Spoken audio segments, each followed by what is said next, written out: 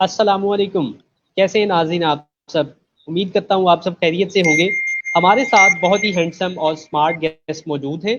शबीर साहब आज हमारे साथ मौजूद हैं, जो कि सीईओ हैं NIAT कंपनी के। उसके साथ साथ वाइस प्रेसिडेंट हैं जंप स्टार्टअप के।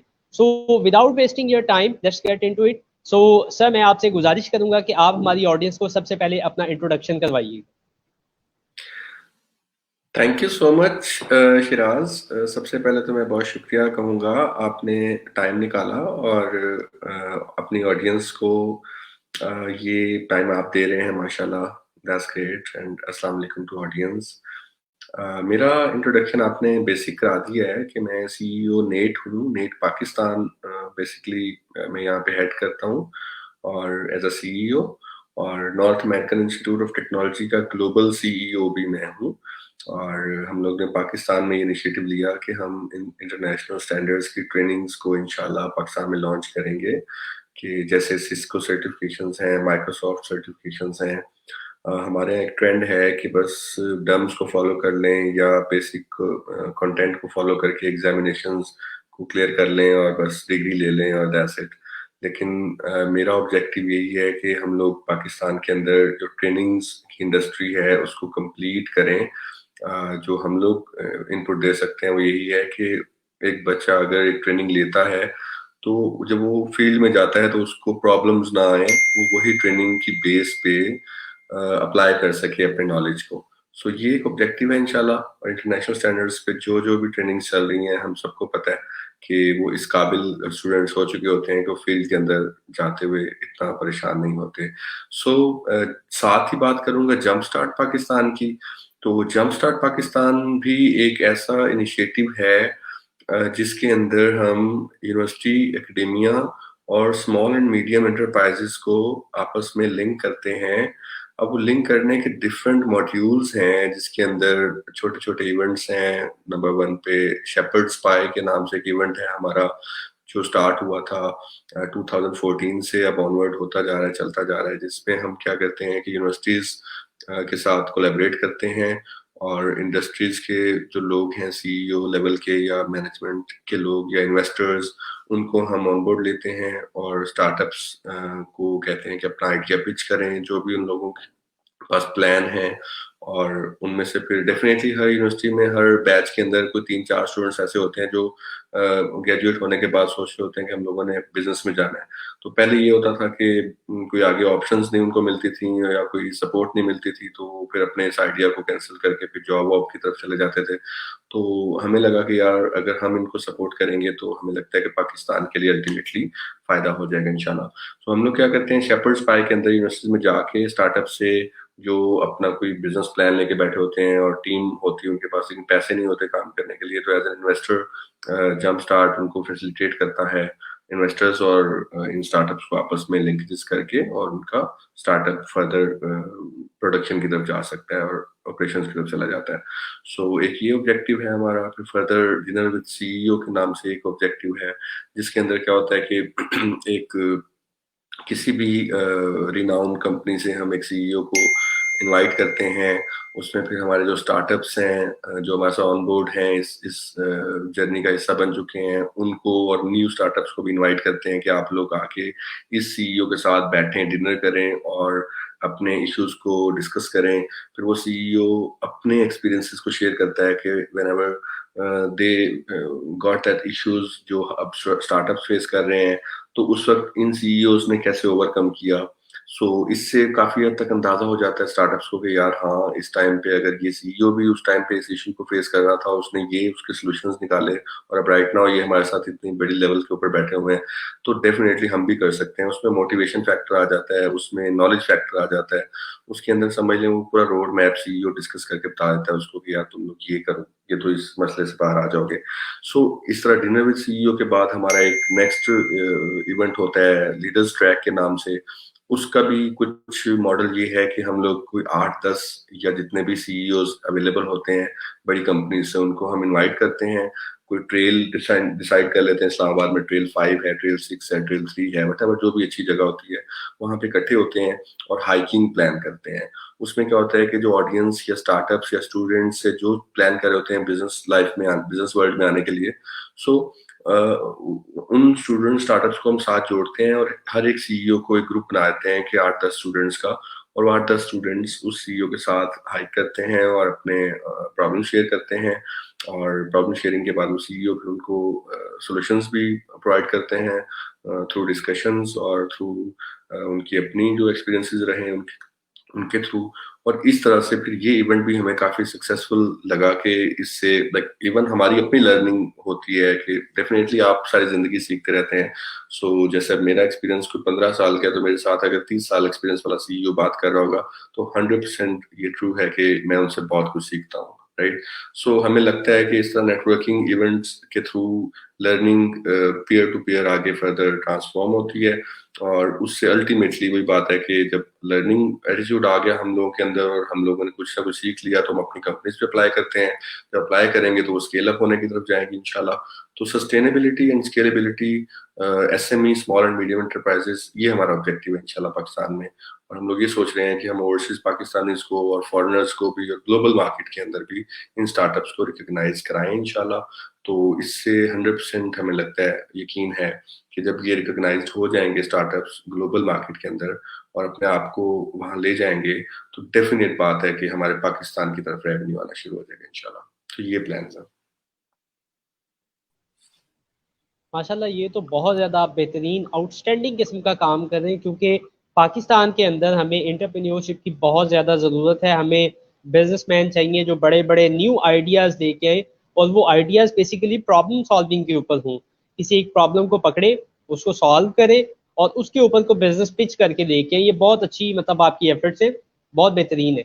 सो अगला सवाल सर मेरा आपसे ये है कि आपने ये बताया कि जंप स्टार्ट जो है वो यूनिवर्सिटी से ग्रेजुएट्स को उठाता है। तो अगर यूनिवर्सिटी से हट के कोई बंदा आपके पास अपना आइडिया लेके आता है कि ये मेरे पास आइडिया, तो क्या आप उसको भी फंड रेजिंग करते, उसको भी फंडिंग देते, या उसके आइडिया को भी सुनते हैं? इस हवाले से जी बताइए। शराज, बिल्कुल। मतलब हमारे नज़दीक यूनिवर्सिटी को अप्रोच करना फर्स्ट ऑब्जेक्टिव इसलिए हुआ कि यूनिवर्सिटी स्टूडेंट जो होता है वो बेसिकली किसी हद तक प्रिपेयर्ड होता है ऑलरेडी ना, बहुत सारे प्रोसेस से वो गुजर चुका होता है। सो हम लोगों ने यूनिवर्सिटीज की तरफ इसीलिए रुख किया, वरना कोई ऐसा ऑब्जेक्टिव नहीं है कि सिर्फ यूनिवर्सिटीज को हमने कवर करना है। अब फॉर एग्जांपल हमारे सामने बहुत से ऐसे एग्जांपल्स हैं जो पढ़े लिखे लोग नहीं है लेकिन बिजनेसेस बड़े अच्छे रन कर रहे हैं, तो डेफिनेटली वो भी पार्ट ऑफ दिस जर्नी है। और फॉर एग्जांपल कोई ऐसा स्टूडेंट आता है जिसके पास किसी एक बड़ी प्रॉब्लम का सॉल्यूशन मौजूद है और उसके पास टीम भी स्ट्रांग है, वो बिजनेस के जो फ्लो चार्ट या फ्लो डायग्राम है उसको बड़ा फुलफिल करता है और उसको सिर्फ पैसे चाहिए, तो 100% ही श्योर बात है कि हम लोग तो बड़े इंटरेस्टेड होंगे उसके अंदर। अब लोग समझते हैं कि यार आप लोगों को क्या फायदा मिलता है ये करके, या आप लोग फंडिंग क्यों करते हैं। तो ये ऑब्वियस बात है कि हम लोग भी, हर इंसान अपना फायदा देखता है, लेकिन फर्क सिर्फ इतना होता है कि एक इंसान पहले अपना फायदा देखता है और दूसरा इंसान पहले अगले का फायदा देखता है फिर अपना देखता है। तो हम लोग दूसरी साइड से हैं, दूसरे इंसान हैं कि पहले दूसरों का भला करेंगे, वैल्यू ऐड करेंगे, तो ये अंडरस्टूड बात है, हमारी लाइफ के अंदर वैल्यू एडिशन खुद ब खुद होना शुरू हो जाएगी, राइट। इसको हम लोग इकोसिस्टम का नाम देते हैं। अगर आप अपने इर्द गिर्द लोगों को एम्पावर्ड कर देंगे तो ये डेफिनेट बात है कि आप खुद भी एम्पावर्ड हो चुके हुए हैं। ऐसा बिल्कुल नहीं है कि लोग आपके इर्द गिर्द बड़े बिजनेसमैन बैठे हुए हैं और आप बीच में बैठे हुए और आप जीरो पे हैं। नो, ऐसा नहीं हो सकता। तो आप भी उन्हीं के साथ साथ ऑटोमेटिकली एम्पावर्ड हो रहे होते हैं। सो हम लोग फंडिंग उनको भी करेंगे जो लोग फॉर एग्जांपल पढ़े लिखे नहीं है या एफएससी बेस्ड है या मैट्रिक बेस्ड है, या उनके पास सिर्फ बिजनेस कॉन्सेप्ट्स हैं और वो काम परफॉर्म कर सकते हैं, ऑपरेशंस को हैंडल कर सकते हैं। बाकी उनके पास जो कमी रहती है वो हम लोग अपने मेंटर्स भी साथ उनके जोड़ देते हैं। इवन फॉर एग्जांपल मैं एज एन इन्वेस्टर उनके साथ आता हूँ, तो डेफिनेटली मैं इक्विटी बेस्ड अगर आता हूँ 25% शेयर होल्डिंग पे फॉर एग्जांपल, तो मैं उनको 25% के इक्वल जो भी शेयर दूंगा, तो मैं एज अ डायरेक्टर बीच में बैठूंगा, उनके जो जो ऑपरेशंस वीक हैं उनके ऊपर फोकस्ड रहूंगा। तो वो अपने ऑपरेशंस तो स्ट्रांगली कर सकते हैं, लेकिन बहुत सी चीजें ऐसी हैं जिसको स्केल अप करने के लिए चाहिए होंगी, तो डेफिनेटली मैं अपना इनपुट डाल दूंगा। सो इस तरह से मतलब आपके क्वेश्चन का आंसर ये भी है कि हम लोग हर किसी को ही ऑन बोर्ड ले सकते हैं। इसमें कोई स्पेसिफिक रीजन नहीं है कि जी सिर्फ यूनिवर्सिटी ग्रेजुएट्स होंगे। सही है, बहुत बेहतरीन है कि अगर किसी भी बंदे के पास कोई कॉन्सेप्ट है, कोई आइडिया है, वो आपके पास लेके आए और आप उसको फंडिंग करेंगे, बेहतरीन है। अच्छा सर, अगला सवाल मेरा आपसे ये है कि कितनी वेटेज या कितनी अमाउंट आप उस बंदे को देंगे और उसकी रेशो क्या रखेंगे, क्या परसेंटेज करेंगे, क्या उससे एग्रीमेंट करेंगे, इस हवाले से जरा गाइड कीजिएगा। जी शिराज, इसके अंदर इसको थोड़ा सा देखना पड़ेगा। थोड़ा सा मैं आपके साथ इसको डिस्कशन में लेके आना चाहूंगा कि हमारी ऑडियंस को इसमें क्लैरिटी आ जाए कि हम किन ग्राउंड्स पे इन्वेस्टमेंट्स करते हैं और ये मॉडल कैसे काम करता है। बेसिकली हम लोग क्या करते हैं कि फॉर एग्जांपल मैं हूँ, मेरे पास फॉर इंस्टेंस 10 लाख रुपए अवेलेबल हैं कि मैं अब किसी स्टार्टअप में फंड कर सकता हूँ और मेरे पास अमाउंट 10 लाख है, जबकि मेरे साथ 4 इन्वेस्टर्स और भी बैठे हुए हैं, उनके पास ज्यादा अमाउंट मौजूद है। फॉर एग्जांपल एक के पास 50 लाख है, एक के पास 20 लाख है। तो हम लोग म्यूचुअली डिस्कस भी कर लेते हैं। फॉर एग्जांपल एक स्टार्टअप को 80 लाख रुपए चाहिए, तो 10 लाख मैंने दे दिए, 20 साथ में दे दिए, 50 थर्ड वन ने दे दिए, तो 80 लाख कंप्लीट हो गए। अब इक्विटी बेस्ड मॉडल है तो सबके दरमियान शेयर इक्विटी उतनी ही डिफाइंड हो जाएगी और इस तरह से वो मॉडल काम कर जाएगा उनकी कंसेंट के साथ जो जो फंडिंग सीख कर रहे हैं, राइट। सो इसके अंदर क्या है कि जरूरी नहीं है कि सिर्फ एक ही बंदा इन्वेस्ट करे। हम लोगों ने एक पूरी टीम अपने साथ, अल्लाह ताला ने हमारे साथ एक पूरा कारवां बना दिया है जिसके अंदर बेशुमार इन्वेस्टर्स मौजूद हैं, जो फॉरेनर भी हैं और ओवरसीज पाकिस्तानी भी हैं और पाकिस्तानी भी हैं जो सिर्फ पाकिस्तान से ऑपरेट करते हैं। सो हम लोग अब एक पूरा ग्रुप है, इन्वेस्टर्स का ग्रुप है पूरा, उसमें मेंटर्स का एक पूरा ग्रुप है, उसमें डिफरेंट वर्टिकल्स हैं, हर वर्टिकल के स्पेसिफिकली ग्रुप बने हुए हैं। तो इस तरह से कोई इसमें हार्ड एंड फास्ट रूल नहीं है कि कोई स्पेसिफिक इन्वेस्टर ही उसमें इन्वेस्ट करेगा। सो एक ओपन हम लोग मैसेज ब्रॉडकास्ट कर देते हैं कि ये स्टार्टअप है, या स्टार्टअप भी समहाउ जो है वो ओपनली हमारे साथ पिच करता है अपना आइडिया को, तो वो शेयरिंग हो जाती है सबके साथ। फिर जो जो बंदा उसमें इंटरेस्टेड होता है, जितनी जितनी इन्वेस्टमेंट इंटरेस्टेड होते हैं इन्वेस्टर्स इन्वेस्टमेंट करने के लिए, वो लोग ऑन बोर्ड आ जाते हैं। तो इस तरह से ये मॉडल काम करता है। फॉर एग्जांपल एक स्टार्टअप को चाहिए 5 लाख रुपए और मेरे पास 10 लाख रुपए अवेलेबल है इन्वेस्ट करने के लिए, सो मैं फिर उसको अवेल कर लूंगा 5 लाख रुपए। और मुझे वो स्टार्टअप अगर बड़ा अपील किया, बड़ा बेहतरीन स्टार्टअप है और मुझे लगता है कि उससे रिटर्न ऑन इन्वेस्टमेंट अच्छी आ जानी है और मुझे उसमें फ्यूचर नजर आता है, जो पैरामीटर्स हमारे हैं उस पर फुलफिल कर जाता है वो स्टार्टअप, तो डेफिनेटली फिर हम लोग उस 5 लाख रुपए उस पर इन्वेस्ट कर देंगे, बाकी मैं 5 लाख किसी और के साथ इन्वेस्ट कर दूंगा। सो इस तरह से हमारा ये मॉडल काम करता है। सही है, ये चीज़ तो क्लियर होगी सर। लेकिन इसके साथ ही मेरे ज़हन में एक सवाल आता है कि जो बंदा आइडिया आपके पास लेके आया, आइडिया पिच कर रहा है, उस बंदे को भी खुद से कुछ इन्वेस्टमेंट करनी होगी, या ऐसी कोई टर्म्स एंड कंडीशंस है कि सपोज 70% आप फंडिंग करेंगे, 30% वो बंदा करेगा जो आइडिया जिसका है, या इस हवाले से आप क्या कहते हैं, या सारी फंडिंग ही आप करेंगे, वो बंदा जीरो इन्वेस्टमेंट पे मतलब काम करेगा चूंकि उसका आइडिया है, इस हवाले से बताइएगा। जी, इसमें इशराज ये है कि दोनों बातें हो सकती हैं। फॉर फॉर इंस्टेंस एक स्टार्टअप आया है, उसके पास टीम बहुत स्ट्रांग है, 3-4 लोगों की बड़ी अच्छी टीम है। उसके अंदर जो ऑपरेशंस उस उनके स्टार्टअप में फॉलो होने हैं, उनके पास ऑलरेडी ऑपरेशंस की पूरी टीम मौजूद है और उनका आइडिया बड़ा बेहतरीन है। तो ये भी हो सकता है कि सारे के सारी फंडिंग उनको मिल जाए और बाकी उनके साथ इक्विटी डिसाइड हो जाए, 50% है या 60-40 है, वट जो भी एट दैट टाइम हो सकता है। अच्छा, उसके अलावा फॉर एग्जाम्पल हमारा जो मेन मेन ऑब्जेक्टिव होता है वो एक तो उस एक एंटरप्रेन्योरशिप जो है वो उसके ऊपर इम्प्लीमेंट होती हो। मतलब हम सबको पता है कि एंटरप्रेन्योरशिप क्या है जी, किसी भी प्रॉब्लम को सॉल्व करना है and convert that solution into a business, right. So अगर तो वो मॉडल फुलफिल करता है पहला पॉइंट, देन दूसरा पॉइंट होता है कि उस बंदे ने थोड़ा सा उस जो भी आइडिया शेयर किया है उसको परफॉर्म करके दिखाया हो, उससे एटलीस्ट उसने छोटे स्केल के ऊपर काम करके कुछ अर्निंग की हो। दूसरा पॉइंट ये होता है। नंबर 3, वो कितना सस्टेनेबल है, क्या वो आने वाले टाइम के लिए वो सस्टेन करेगा, हमें फायदे में रहेगा, लॉन्ग टर्म चल सकता है। नंबर 4, वो कितना स्केलेबल है, क्या वो स्केल करने के काबिल है भी है कि कल को फर्ज करें एक प्रोडक्ट है जी, वो 10 साल बाद बंद हो जानी है, उसका इस्तेमाल ही नहीं है। तो एक दूसरी तरफ एक प्रोडक्ट है जो 10 साल बाद उसको हम बढ़ाएंगे, स्केल करेंगे तो इंटरनेशनल लेवल पे भी जा सकते हैं। तो ये सारे पैरामीटर्स हैं जिसको हमने फॉलो करना होता है। अब इसमें आपके सवाल का जवाब ये है कि वो बिल्कुल ये जरूरी कोई हार्ड एंड फास्ट रूल नहीं है कि स्टार्टअप जो आइडिया पिच कर रहा है उसकी भी कुछ इन्वेस्टमेंट हो, जरूर हो, ये भी कोई जरूरी नहीं है। और होगी तो बहुत अच्छी बात है, और हम फुल इन्वेस्टमेंट भी कर सकते हैं और पार्शली भी कर सकते हैं।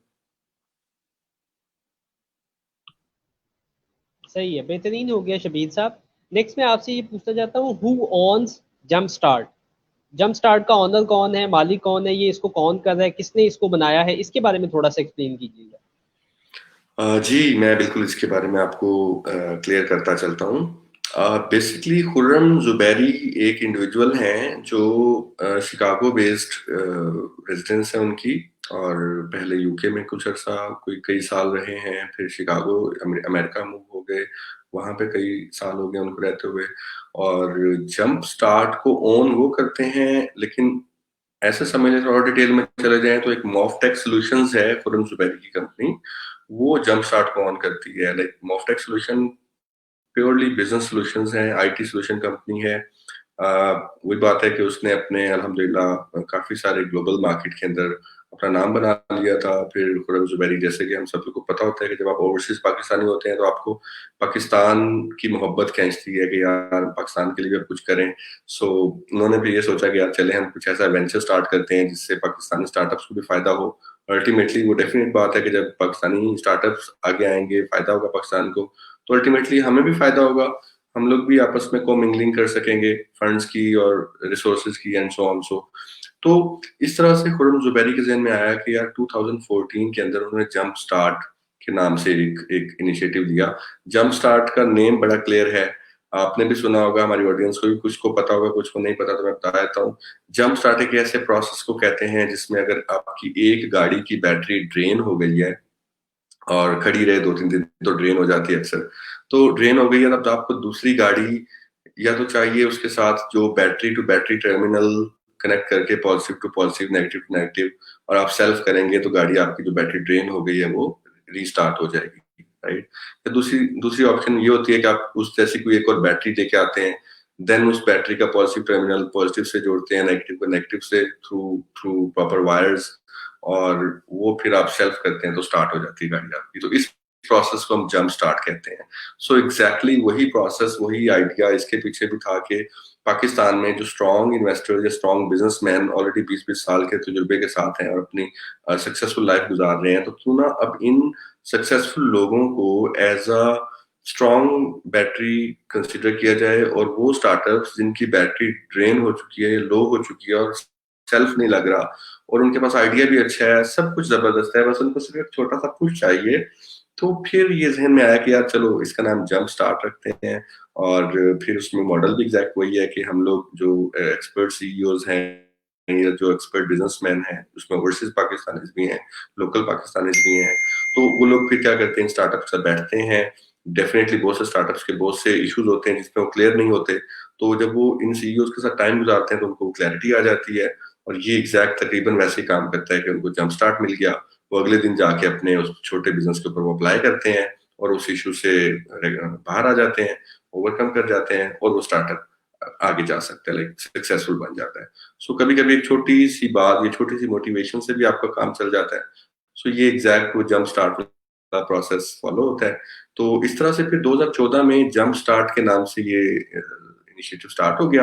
अब उस 2014 पे से जब एक लंबा सफर चलना शुरू हुआ तो फिर 7 छोटे इवेंट्स जैसे मैंने बताए, जंप स्टार्ट जिनको ओन करता है, जिसमें शेपर्ड्स पाए है, नंबर 2 पे आपका डिनर विद सीईओ है, नंबर 3 के ऊपर आपका लीडर्स ट्रैक है, नंबर 4 के ऊपर आपका मूवी नाइट भी एक ऐसा इवेंट होता है हमारा कि जिसमें आप स्टार्टअप्स और इन इन बिजनेस छोटे बिजनेसेस को आप एक मूवी हम लोग दिखाते हैं।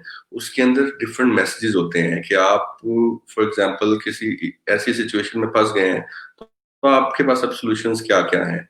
तो हमारा मानना ये है कि जब आप किसी को सॉल्यूशन फाइंड आउट करने वाला माइंड बनाना चाहते हैं तो उसके सामने सिनेरियोज रखते हैं, तो वो सिनेरियोज जस्ट लाइक प्रैक्टिस काम करते हैं। तो फिर वो मूवी देखने से उनको ये आइडिया होता है कि यार फलां कैरेक्टर इस सिचुएशन में फंसा, तो अब वो एंड पे वो निकल गया उस सिचुएशन से। तो ये पूरा सिनेरियो क्या हुआ, कैसे वो निकला उस सिचुएशन से, तो उसमें फिर डिफरेंट मैसेजेस होते हैं। फॉर एग्जांपल उसने सब्र किया, फॉर एग्जांपल उसने बर्दाश्त किया, फॉर एग्जांपल उसने जल्दबाजी नहीं की अपने एक्शंस करने में, फॉर एग्जांपल उसने फौरन सोचना शुरू किया कि मैं क्या क्या आसानियां, वैसे जो मेरे पास अवेलेबल आसानियां वो क्या क्या हैं, या अवेलेबल अपॉर्चुनिटीज क्या क्या हैं, उनको अप्लाई करके वो उस सिचुएशन से बाहर निकल आता है। सो इस तरह की मूवी नाइट के नाम से भी एक हमारा इवेंट होता है। तो ये जंप स्टार्ट के इनिशिएटिव है। फिर हमने 2018 से एक इवेंट डिजाइन किया लिफ्ट पाकिस्तान के नाम से। उसको भी ओन जंप स्टार्ट ही करता है। लिफ्ट पाकिस्तान पहले साल 2018 में जिना कन्वेंशन सेंटर इस्लामाबाद में मुनक्किद हुआ और माशाल्लाह बहुत सक्सेसफुल रहा। उसके अंदर कोई 20+ यूनिवर्सिटी पाकिस्तान से ऑन बोर्ड थी और ब्रैडफोर्ड यूनिवर्सिटी यूके से भी ऑन बोर्ड थी। और ये मतलब स्टार्टअप्स और एसएमईज भी साथ ही अपने स्टॉल्स लगा के और आपस में लाइक इनके लिंकेजेस हुए राइट। और उसमें फिर हमने कुछ स्टार्टअप्स को फंडिंग भी दिया और इस तरह से चीजें हुई। सो 2018 में जिना कन्वेंशन के बाद 2019 के अंदर ये पाक चाइना सेंटर इस्लामाबाद और पीसी होटल लाहौर में हुआ। अल्हम्दुलिल्लाह उससे हमें गवर्नमेंट रिकॉग्निशन भी काफी मिली। फिर पिछले साल की निस्बत ज्यादा अच्छा रिस्पॉन्स आया। तो इस साल 4 शहरों में होने जा रहा था, इस्लामाबाद, लाहौर, कराची और पेशावर। लेकिन अनफॉर्चुनेटली ड्यू टू कोविड हमें उसको कैंसिल करना पड़ा। और फिर सोचा कि चलें, it's okay, part of life सब चीजें हैं। तो उसके बाद फिर अब ये है कि हो सकता है अगले साल इंशाल्लाह, इस साल स्किप हो गया तो अगले साल फिर 4 शहरों में होगा इंशाल्लाह। सो ये इसका एक 5वां इनिशिएटिव है लिफ्ट पाकिस्तान, जो कि जंप स्टार्ट उसको ओन करता है और फंडिंग सारी वही करता है, जंप स्टार्ट। सो इस सारे के पीछे एक ही इंसान है, एक ही पैट्रियोटिक पाकिस्तानी है, खुर्रम ज़ुबैरी। अल्लाह ताला हमारे मुल्क को ऐसे पैट्रियोटिक पाकिस्तानी जो मुल्क के लिए मोहब्बत रखते हैं, ऐसे और पाकिस्तानी हमारे साथ जोड़ दे और पाकिस्तानी सामने आए इंशाल्लाह। सो ये है जी। सही है। अच्छा, यहाँ पे मैं अपने जो नाज़रीन देख रहे हैं उनको एक ये भी चीज़ बताता चलूँ कि कल कल के दिन ऑलमोस्ट 11 बजे शायद हमारा खुर्रम ज़ुबैरी साहब के साथ भी मतलब सेशन है। मैं ये वेरीफाई करना चाहूँगा, इससे पहले पता नहीं आज है 11 बजे या कल है, लेकिन इसी प्लेटफॉर्म पे कल या आज रात 11 बजे उनके साथ भी हमारा एक सेशन है। सो अच्छा, अगला मैं अब आपसे ये चीज़ पूछना चाहता हूँ, एक चीज़ मुझे क्लियर नहीं हुई। मैक्सिमम अमाउंट जो है वो जंप स्टार्ट कितना मतलब देती है एक बंदे को? सपोज मेरे पास एक आइडिया, मैं आके आपको पिच करता हूँ और आप उसके लिए 1 मिलियन, 2 मिलियन, 100 मिलियन, कितने आप मैक्सिमम अमाउंट जो है आपके इन्वेस्टर्स कुल मिला के, या एक बंदा या 10 बंदे, या टोटल कितने पैसे आप देते हैं, वो जरा अमाउंट बताइएगा हमारे ऑडियंस शिराज, इसके अंदर कोई स्पेसिफिक फिगर नहीं है कि हम maximum amount 1 crore, 2 crore, 10 million, 20 million, 50 million, ऐसी स्पेसिफिक अमाउंट नहीं है। और जो पाकिस्तान में ऑलरेडी फंडिंग फंडिंग हो चुकी हुई है हमारे उसके मेरे अपने एक्सपीरियंस के अंदर, वो जो मेरे अपने एक्सपीरियंस में है वो ठीक ठाक तगड़ी फिगर है। और इसमें कोई स्पेसिफिक इस तरह से नहीं है कि फॉर एग्जांपल 2 लोग मिले हैं इस लिफ्ट पाकिस्तान के इवेंट के ऊपर। एक इन्वेस्टर है जो कि अमेरिका से सिर्फ एज अ विजिटर आया हुआ था, अटेंडी आया हुआ था अटेंड करने इस इवेंट को। और फॉर एग्जांपल मैं खुद हूँ, मैं वहां पे अवेलेबल था अपने ब्रांडिंग के साथ, north American institute of technology के नेम्स के साथ, राइट।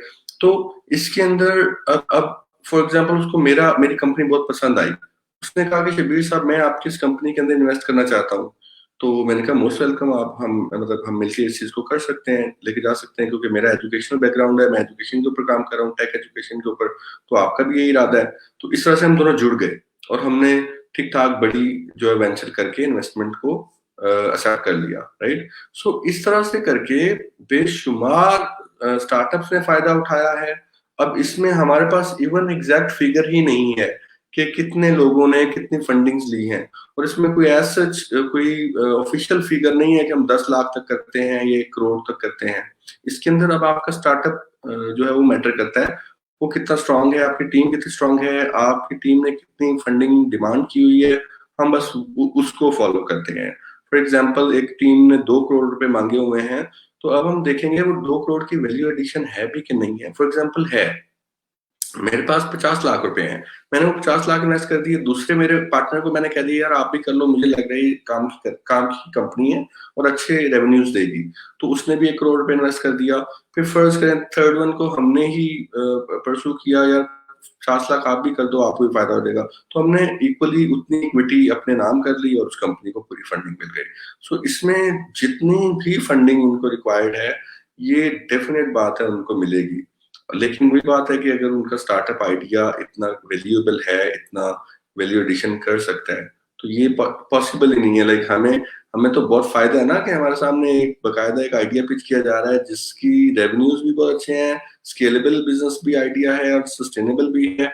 तो इसमें उस बंदे को फंडिंग, ऐसा नहीं है कि उसने 2 करोड़ मांगा तो उसको 1 करोड़ मिलेगा, नो, उसको पूरा मिल जाएगा वहां से, इसी इवेंट से। और ऐसा हुआ है, मेरे सामने एग्जाम्पल्स हैं। अगर कोई ऑडियंस में कहना चाहता है ना कि कोई हमें एक ऐसी एग्जांपल दिखा दें कि जिसको फंडिंग हुई हो, तगड़ी फंडिंग, मैं तगड़ी फंडिंग उसको कहता हूँ जो 1 करोड़ से ऊपर है, राइट।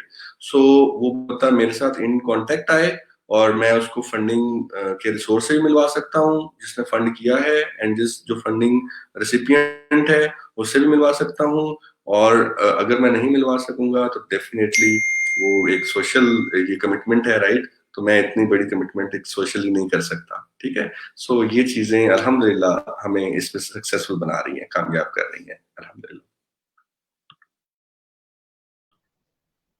अच्छा देखिए, अमेरिका के अंदर है सिलिकॉन वैली, मेरे नाक़िस इल्म के मुताबिक। तो मैं अगर पाकिस्तान के अंदर जंप स्टार्ट को पाकिस्तान की सिलिकॉन वैली कहूँ तो मेरे ख्याल से वो गलत नहीं होगा, जो कि यूथ को एक प्लेटफॉर्म प्रोवाइड करती है जहाँ पे उनको फंड रेजिंग दी जाती है, आप अपना आइडिया लेके जाएं, फंडिंग करें, लें वहाँ से और अपने स्टार्ट उसको बिजनेस में कन्वर्ट करें। सही है। अच्छा शबीर साहब, अब मैं आपका पहले तो शुक्रिया अदा करूंगा कि आपने अपना वैल्यूएबल टाइम हमें दिया। मैंने आपसे बड़ी गुजारिश की और आप आए हमारी ऑडियंस के सामने, आपने डिस्कशन की। अब लास्ट में मैं चाहता हूँ कि बिजनेस के हवाले से या वैसे कोई भी आप अपना कोई एडवाइस, कोई मशवरा हमारे यूथ को या ऑडियंस जो भी हमें देख रही है या बाद में भी ये वीडियो यूट्यूब पे जाएगी वो लोग देखेंगे, तो उनको कोई एडवाइस दीजिएगा सर।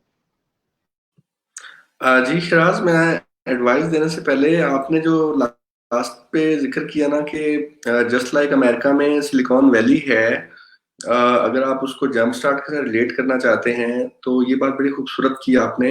यस, जंप स्टार्ट को आप रिलेट कर सकते हैं, लेकिन अल्हम्दुलिल्लाह जंप स्टार्ट के जो स्टेक होल्डर्स हैं, ये जो कोर टीम है, वो ऑलरेडी इस ऑब्जेक्टिव एंड विजन के साथ है कि हम लोग उनके साथ ही रिलेट करने की कोशिश कर रहे हैं कि डेफिनेटली एक बंदा अगर बहुत सक्सेसफुल है तो एक दूसरा बंदा उसके साथ का बनना चाह रहा है, तो इस हर्ज नहीं है, राइट। सो अच्छी चीजें अडॉप्ट करनी चाहिए। सो इसके लिए मैं अपनी ऑडियंस को और आपको भी ये अपडेट करना चाहूंगा कि ये जंप स्टार्ट का एक अगला इनिशिएटिव है और ये डिजाइन हो चुका हुआ है जो कि मार्गला वैली के नाम से है, राइट। सो हमने इस्लामाबाद के इस पहाड़ों को लेके सिलिकॉन वैली के मॉडल के ऊपर एक मार्गला वैली के नाम से एक नेम डिजाइन किया हुआ है, और इंशाल्लाह उसके ऊपर काम हो रहा है कि हमारे जो अमेरिकन स्टेक होल्डर्स हैं या अमेरिकन जो सिलिकॉन वैली से चीजें बहुत एक्सपोजर ले चुके हैं, वो आके पाकिस्तान में उन चीजों को अप्लाई करेंगे इंशाल्लाह। सो सिलिकॉन वैली का अमेरिका में नाम है और पाकिस्तान में उसका नेम मार्गला वैली होगा इंशाल्लाह। और हाँ, दूसरा मैं अपनी ऑडियंस को जो जो पैगाम देना चाहूंगा, वो चाहे स्टार्टअप्स हैं, चाहे वो एक आम इंसान है, चाहे वो स्टूडेंट है, चाहे वो जॉब होल्डर है, कोई भी है, लाइफ में सक्सेसफुल होने के लिए सिर्फ और सिर्फ आपको पॉजिटिव रहना है और सब्र करना है।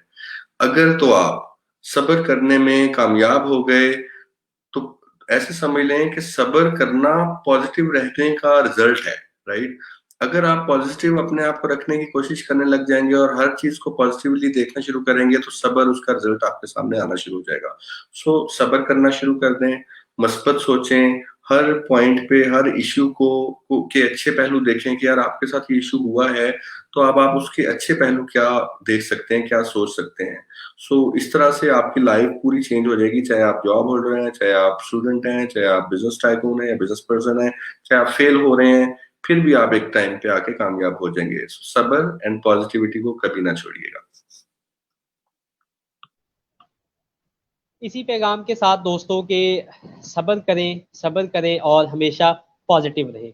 इस खूबसूरत से शबीर साहब के पैगाम के साथ अपनी गुफ्तगू को इख्तिताम की तरफ लेके जाता हूँ और एंड पे इशफाक अहमद की एक कोटेशन कोट करना चाहूँगा यहाँ पे कि अल्लाह पाक आप सबको आसानियाँ अता फरमाए और आसानियाँ बांटने की तौफीक दे। बहुत ज़्यादा शुक्रिया, आपने अपना वैल्यूएबल टाइम दिया। खुश रहें, आबाद रहें। इंशाल्लाह नेक्स्ट किसी नए गेस्ट के साथ, किसी नई मतलब गुफ्तगू के साथ आपके हाजिर होंगे। ठीक है, अस्सलामु अलैकुम।